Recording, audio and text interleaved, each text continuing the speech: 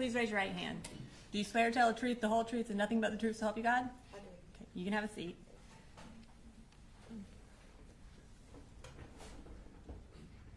Will you go ahead and introduce yourself to the jury? My name is Suzanne Harris. I was a teacher at Apalachee High School. I've been in the county for 14 years. This is my 18th year teaching. Okay. Well, you went ahead and answered my next question, which was, what do you do? So you indicated that you worked at Apalachee High School. When did you work at Apalachee High School? What years of service did you do there? I worked there until December of this past year. So I've been there for 4.5 years. And while you were at Apalachee High School, what subject did you teach? Computer science. In September of 2024, were you teaching computer science at that time? I was. And I'm going to ask you if you could show me on that map right next to you which was your classroom.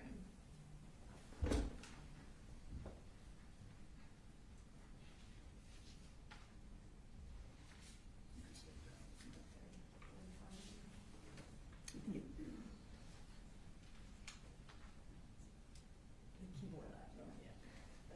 I'm right here on G Hall, and my classroom is right here, 1.515.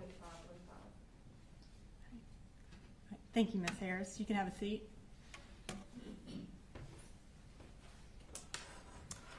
I am going to draw your attention to September 4th of 2024.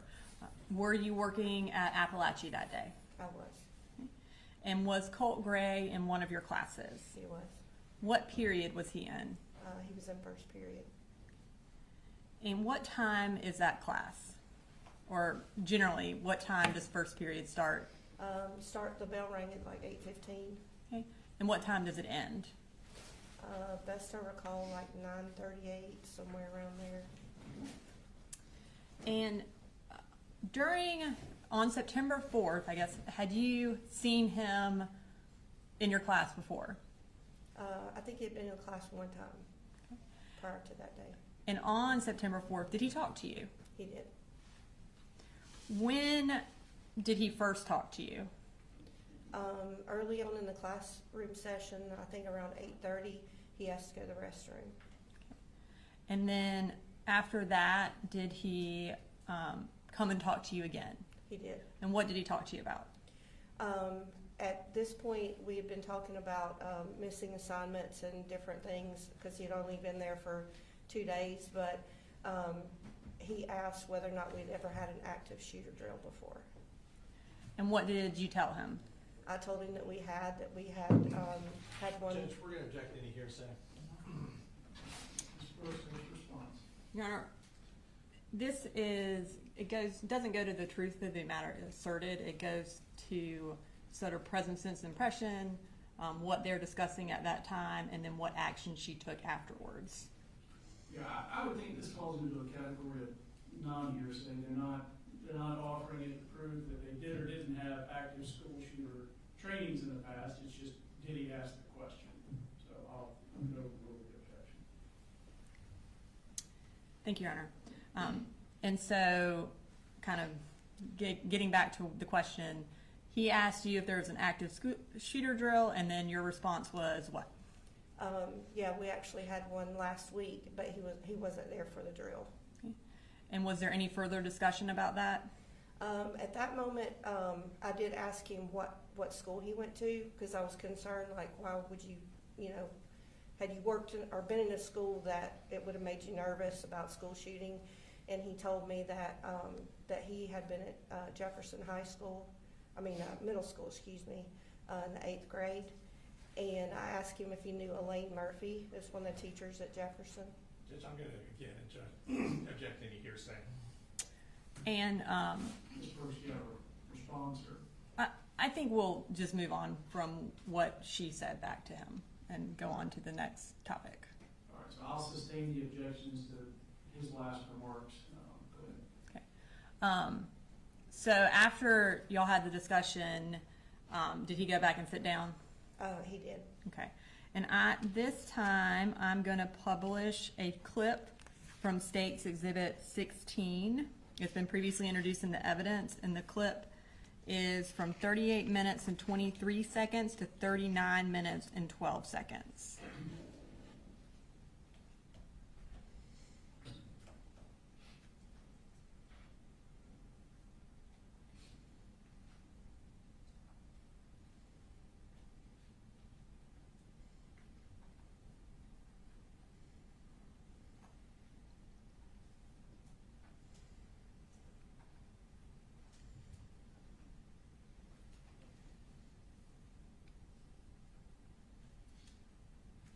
I'm going to pause it briefly. Can you kind of tell the jury, just so they can make sure they see where you are, and then also where Colt Gray is? Sure. So over to this side over here, where you see the gold and white striped bulletin board, that's where my desk is. And is that all the way on the left of the screen? yes. And then he is to the right of my desk. I don't know what corner I can show you. So I'm here, and Colt is here, and this is where he was sitting. Okay. And this was Alex Johnson, and this was Tyler Graham. It may facilitate things for these fish I've used to kind of refer to like the face of a clock, 9 o'clock, or just. That is a good idea, Your Honor. And as far as the exit or the entrance to the classroom, the door, is that around 11 o'clock? It is. All right, thank you. All right, we can finish playing the clip.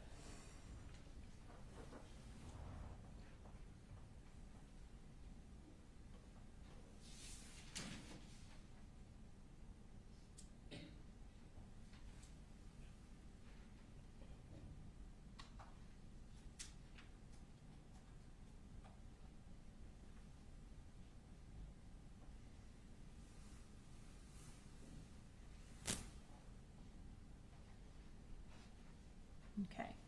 And does that clip show where he asked you about the active shooter drill? Yes. Okay. When he asked you that, did that concern you? I mean, you don't expect to hear that in the classroom. I mean, we hear about school shootings, but you don't think it's going to happen to you. So it was a little bit alarming. And I did send an email to the counselor in regards to that, in regards to my concern.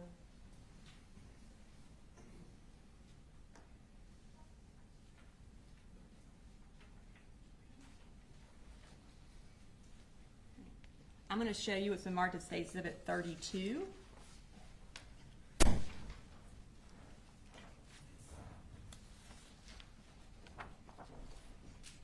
Do you recognize that? I do. And what do you recognize that as? It's the email that I sent to Miss Butler. Okay. And is it a fair and accurate copy of that email that you sent to Miss Butler on September 4th?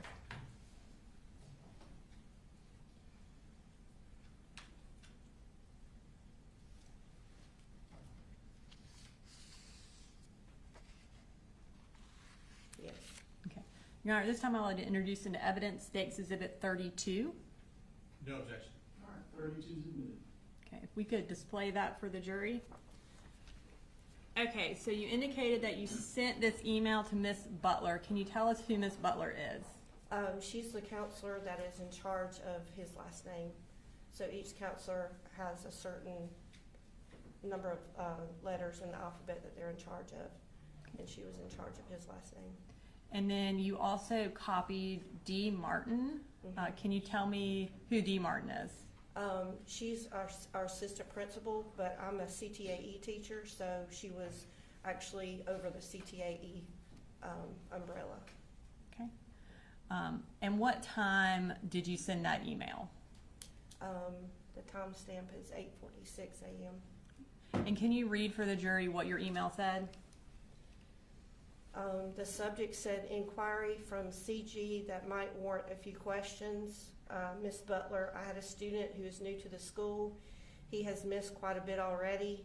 He asked this morning if we ever do any active shooter drills. I thought this was an odd question. I told him we did, and we had one recently, but he was absent. I asked if he had a particular concern, and he said he didn't. The student is Colt Gray, and he is in the 9th grade, just FYI. Thank you. Now, after you sent that email, did Colt come and talk to you again? Yes. Okay, and what did he talk to you about this time? Several times he was asking about missing assignments. The 2 students that were sitting beside him, Alex Johnson and Tyler Graham, they were actually helping him with assignments. But at some point, closer to the time that the bell rang, he asked what our policy was in between restroom transitions, as far as going to the restroom. And what is Apalachee's policy about restroom transitions? You cannot go to the restroom during transitions. Okay. And by transition, do you mean between classes? Yes, ma'am. So when can you go to the restroom? You can go in class. And how do y'all prevent people from going to the restroom during between classes?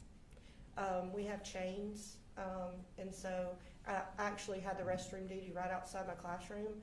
So there's chains, and you just walk out and clip the chain and stand there and make sure that the students don't go in and out of the restroom.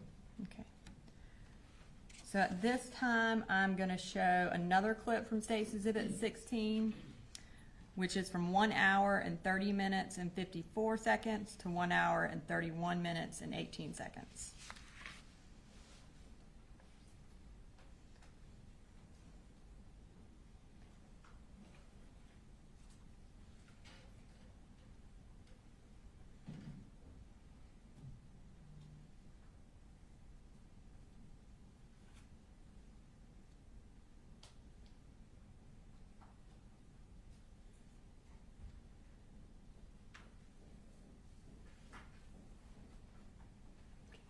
Is that when he asked you about going to the bathroom, or what the bathroom policy is? He did, and I reached over to grab the bathroom pass. That's what the thing I was reaching for. They have to have a hall pass in order to go to the restroom. Asked him if he needed to go to the restroom, and he said he did not. When class was over and he was getting ready to leave, did you notice anything about him or his belongings that caused you concern? Very close to the end of class, I noticed that there was like a poster or some kind of project or something that was sticking out of his book bag. And I asked him what his project was about, and he didn't really have much to say about the project, but he did tell me that he would show it to me later if I wanted to see it. And I couldn't tell what the project was, but he had only been there for a couple of days, so I was looking at it kind of odd. It was taller than the book bag, and it had like clothing that was kind of wrapped around it.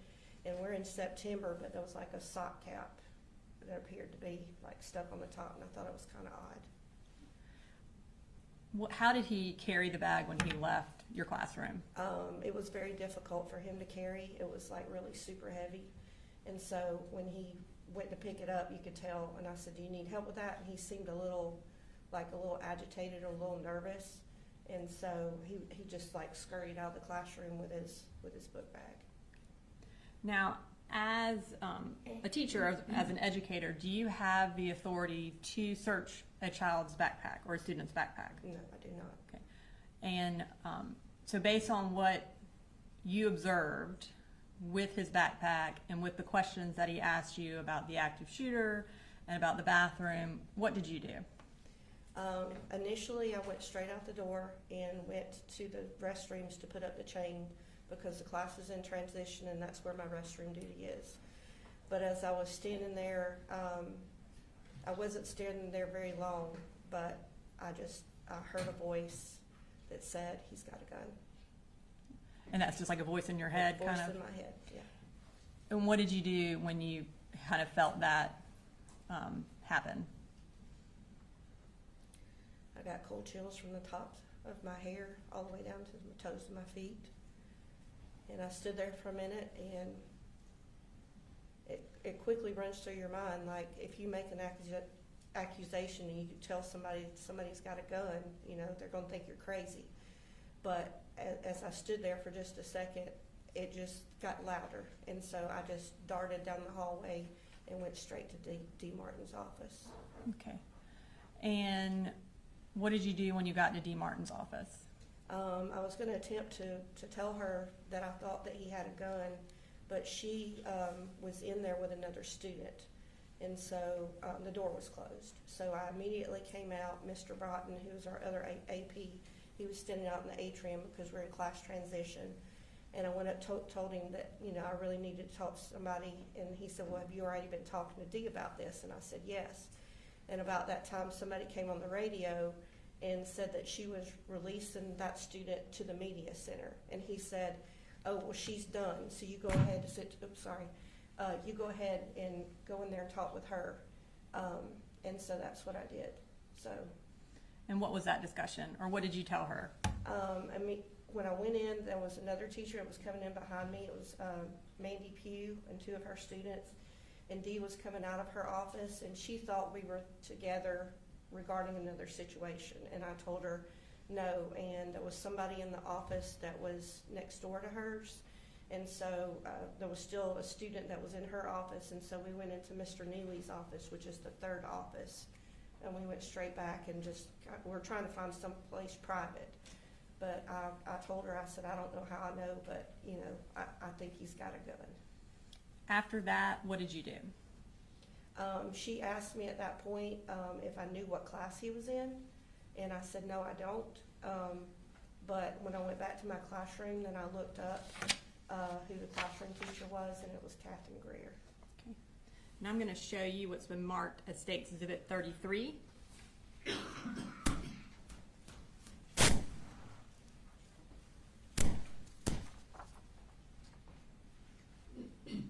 Do you recognize that? I do. And what do you recognize that as? It's the email that I sent letting Dee know what classroom he was in. And is that a fair and accurate copy of that email?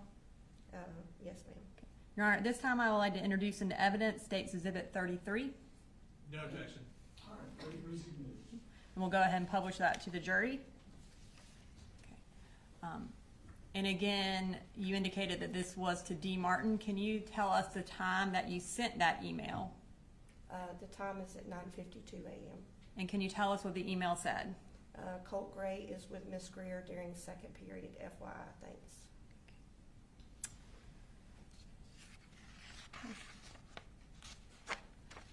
Your second period class, was it a planning period for you, or were you teaching a class? It was planning period. Okay. After that email, can you tell us what happened? So I have other students that share the classroom. They come in, we share the classroom together. And Alex English, which is another teacher, it's his first year teaching. He was teaching audio, video technology, and film. And he came in with his students. And so at some point during the class, I was just really nervous, and I just stood up and kind of addressed the whole class without asking him first. I just was very stern, and what I said was, don't ask me how I know, don't ask me any questions, but do not leave this classroom unless it's an absolute emergency.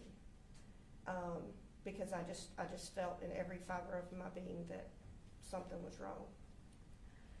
At some point, did you become aware that there was shooting going on in the high school? Yes. At one point, Alex kind of came towards the door, and we kind of stepped out in the hallway, and I told him what I was suspicious of, and he was like, oh gosh, that sounds, scary or whatever.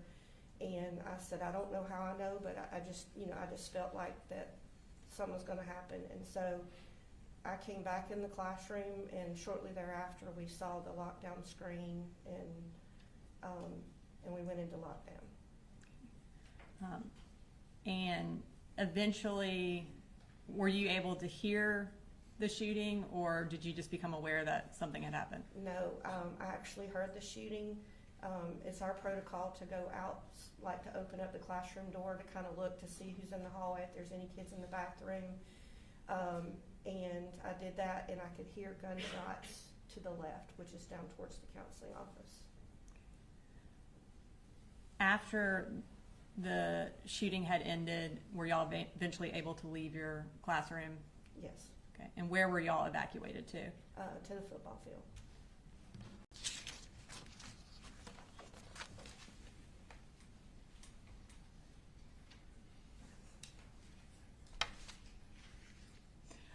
And I'm going to play one more clip for you, which is the clip for when Colt was leaving your classroom.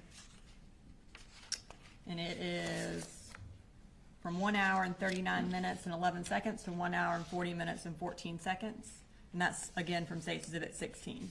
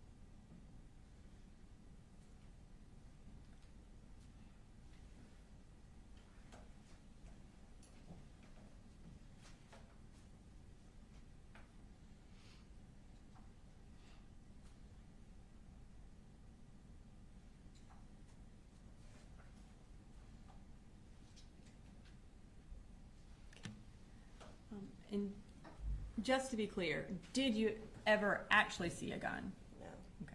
And so you had a feeling that there was a gun, but you never saw one? no. Okay. Nothing further. Ross? Yes, Sean. Good afternoon, Ms. Harris. I have a few questions. If I ask a question that doesn't make sense or you'd like me to clarify, please let me know, and I'll go ahead and take care of that. All right, so you were in class and you observed this backpack that Mr. Gray had, correct? Yeah. And I believe you said it looked like it was heavy?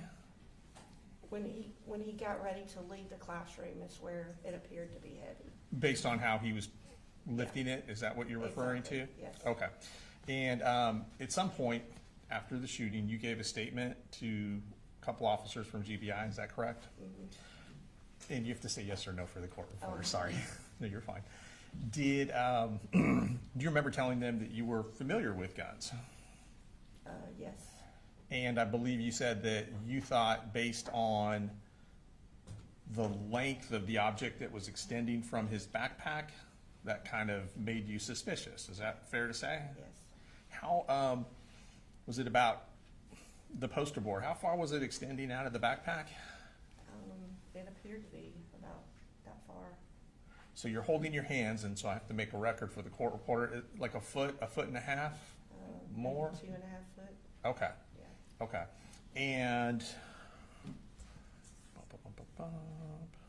you said there was a hat stuffed down the tube of the poster board, is that correct? It appeared to be clothing, and best I recall, it looked like a sock cap. Like a toboggan? Yes, So like a winter hat? yeah, And of course, this was September, right. And And I just- thought that was odd. right, and it wasn't cold that day? No, it was not. Okay, all right.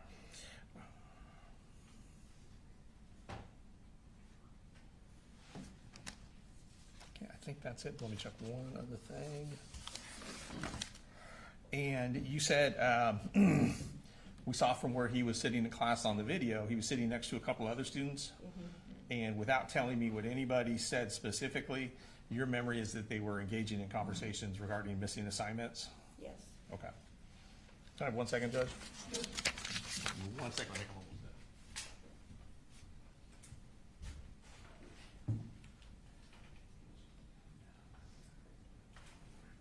Ms. Harris, that's all the questions I have, thank you. Based on Carlson,